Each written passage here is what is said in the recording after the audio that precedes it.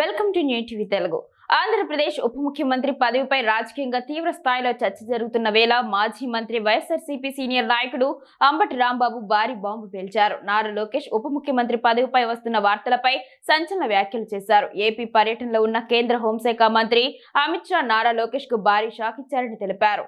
నారా లోకేష్ ను డిప్యూటీ సీఎంగా చేసే అంశంపై అమిత్ షా అంగీకరించలేదని, ఈ సమాచారం తమకు ఉందని అంబటి రాంబాబు ప్రకటించడం రాజకీయంగా కలకలం రేపింది. ఈ క్రమంలోనే నారా లోకేష్ డిప్యూటీ సీఎం అవుతారనే వార్తలపై అంబటి రాంబాబు స్పందిస్తూ అమిత్ షా చెప్పడం వల్లే గతంలో పవన్ కళ్యాణ్ కు ఉప ముఖ్యమంత్రిని చేశారు.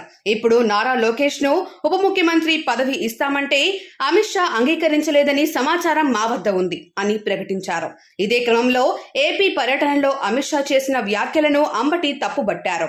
ఏపీలో ఎన్నో సమస్యలు పెండింగ్ లో ఉన్నాయి. తెలంగాణ నుంచి రావాల్సిన 8,000 కోట్ల రూపాయల బకాయిలు, కృష్ణా జలాల సమస్యలు ఉన్నాయి. వీటిని అమిత్ షా ఎందుకు ప్రస్తావించలేదు అని నిలదీశారు. ప్రకృతి విపత్తులు సంభవిస్తే ఎన్డీఆర్ఎఫ్, మానవ విపత్తులు జరిగితే ఎన్డీఏ వస్తుందని అమిత్ షా అంటున్నారు. మరి తిరుపతి తొక్కిసలాటకు ఎందుకు రాలేదు అని ప్రశ్నించారు.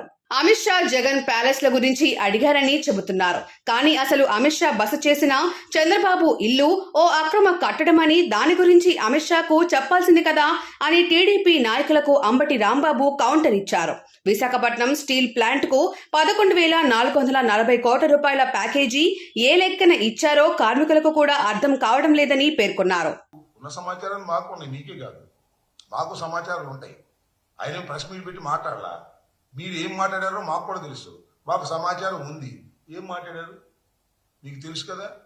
పవన్ కళ్యాణ్ గారిని ఉప ముఖ్యమంత్రిగా చేయమని బీజేపీ కోరింది, అమిత్ షా గారు కోరారు. దాని మీద మీరు గత్యంతరం లేని పరిస్థితుల్లో ఉప ముఖ్యమంత్రిగా పవన్ కళ్యాణ్ గారిని పెట్టారు. ఇవాళ మీరేం చేస్తున్నారు? ఉప ముఖ్యమంత్రిగానంట పవన్ కళ్యాణ్ గారు ఒక పక్కన ఉంటే, రెండో పక్కన ఆయన కుమారుని తెచ్చుకోవాలనే ప్రయత్నం చేస్తున్నారు. మీ ఇష్టం తెచ్చుకొని, మాకేం అభ్యంతరం లేదు. కూటమి ప్రభుత్వం కదా, మీరు తెచ్చుకోవచ్చు. మీరు ఎవరినైనా తెచ్చుకున్నారు ఆయన మంత్రిగా, మీరు ఎవరినైనా తెచ్చుకున్నారు ఆయన మంగళగిరికి. దీన్ని అమిత్ షా గారిని మీరు అడిగారంట. అమిత్ షా గారు ఏ మాట చెప్పాడో మాకు తెలుసు. ఏం మాట చెప్పాడు? ఏమండి చంద్రబాబు నాయుడు గారు, మీ ఓడిని కాస్త కంట్రోల్లో ఉండమనయ్యా, ఎక్కడ పడితే అక్కడ ఏళ్లు పెడుతున్నాడు, ప్రభుత్వానికి చెడ్డ పేరు వస్తుంది, ఉప ముఖ్యమంత్రి లేదు, ముఖ్యమంత్రి లేదు, కాస్త ఆగండి, మీ స్పీడ్ తగ్గించండి, మీ అబ్బాయి స్పీడ్ తగ్గించండి, మీ అబ్బాయి ఎక్కడ పడితే అక్కడ వసూలు కార్యక్రమాల్లో నిమగ్నమైపోయి ఉన్నాడు, కాస్త జాగ్రత్త చేసుకో నాయనా అని ఒక మంచి సలహా ఇచ్చాడంట. ఆ సలహాని బయటకు రాకోకుండా మీరు ఇవాళ ఇలాంటి పుంకాలు కథలు జగన్మోహన్ రెడ్డి గారి నివాసాల మీద, వాటి మీద, వీటి మీద రాసేటటువంటి ప్రయత్నం చేయడం అనేది ఒక దిగజారిపోయినటువంటి వ్యవహారాలు మీరు చేస్తున్నారు. ఈ వ్యవహారాలను కట్టిపెట్టి వాస్తవాలను ప్రజలకు అర్థమయ్యే విధంగా మీరు చేస్తే బాగుంటుందని కూడా మనవి చేస్తున్నారు. జగన్మోహన్ రెడ్డి గారికి 50 బెడ్రూమ్లు ఉన్నాయి, 60 బెడ్రూమ్లు ఉన్నాయి, ఎన్ని పాత చింతకాయ పచ్చడిలో కథలన్నీ కూడా ఇవాళ మళ్ళా వండి వాచేటటువంటి ప్రయత్నం మీరు చేస్తున్నారు. ఇది కరెక్ట్ కాదని కూడా ఈ సందర్భంగా నేను మీ ద్వారా ప్రజలకి, ముఖ్యంగా చంద్రబాబు నాయుడు గారి పార్టీకి కూడా చెప్పదలుచుకున్నాను. ఈ ప్రకృతి విపత్తులు జరిగితే ఎన్డీఆర్ఎఫ్ వస్తుంది, మ్యాన్ మేడ్ విపత్తులు జరిగితే ఎన్డీఏ వస్తుంది. మరి రమ్మను ఎన్డీఏని, ఎక్కడికి? తిరుపతి రమ్మనండి. 6 చనిపోయారండి. మ్యాన్ మేడ్ యాక్సిడెంట్ ఇది కాదా? మానవ తప్పిదంతో చనిపోవడం తప్ప మరొకటి కాదు.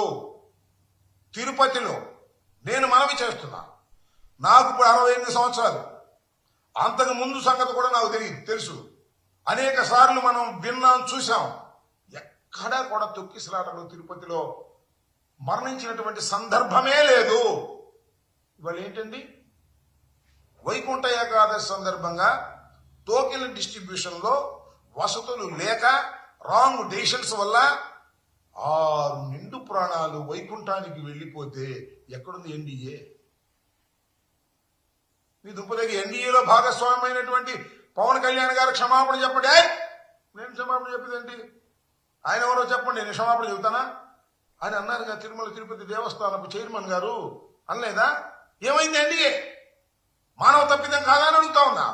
మానవ తప్పిదంతో ఇవాళ తిరుమలలో జరుగుతున్నటువంటి ఘోరాలను అడ్డుకోవలసినటువంటి బాధ్యత ఎవరికి ఉంది?